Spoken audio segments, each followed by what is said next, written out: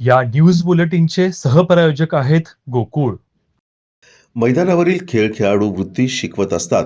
आयुष्याच्या मैदानात विजेता ठरायचा असेल तर स्वतःशी स्पर्धा असावी असं मार्गदर्शन जिल्हा माहिती अधिकारी प्रशांत सातपुते यांनी उद्घाटक म्हणून केलं.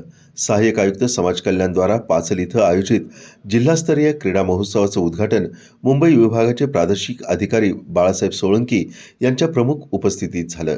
यावेळी सहाय्यक आयुक्त दीपक घाटे उपस्थित होते. सातपुते यांच्या हस्ते क्रीडा महोत्सवाचं ध्वजारोहण करण्यात आलं. त्यानंतर खेळाडूंनी संचलन करून मानवंदना दिली. सोळंकी यांच्या हस्ते क्रीडा ज्योत प्रज्वलित करण्यात आली.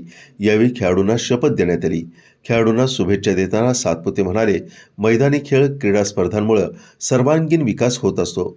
मोबाईल समाज माध्यमांच्या विश्वात मैदानी खेळांचं महत्त्व अधोरेखित करत मन, मेंदू आणि मनगट भक्कम करण्यासाठी मैदान उपयुक्त ठरतं. आयुष्यात प्रतिकूल परिस्थितीवरती अजिबात निराश न होता मात करण्यासाठी सकारात्मक ऊर्जा ही मैदानी खेळातून येत असते. तुमच्यामधून देशासाठी उत्तम खेळाडू निर्माण व्हावेत असं ते म्हणाले. दरम्यान सोळंकी यांनी देखील यावेळी मार्गदर्शन केलं. मार्गदर्शन करताना ते म्हणाले, मुंबई विभागात सर्वात प्रथम क्रीडा महोत्सव आयोजित करण्याचा बहुमान रत्नागिरीनं मिळवला आहे आणि हे अभिमानास्पद आहे. त्याबद्दल घाटे यांनी अभिनंदन केलं.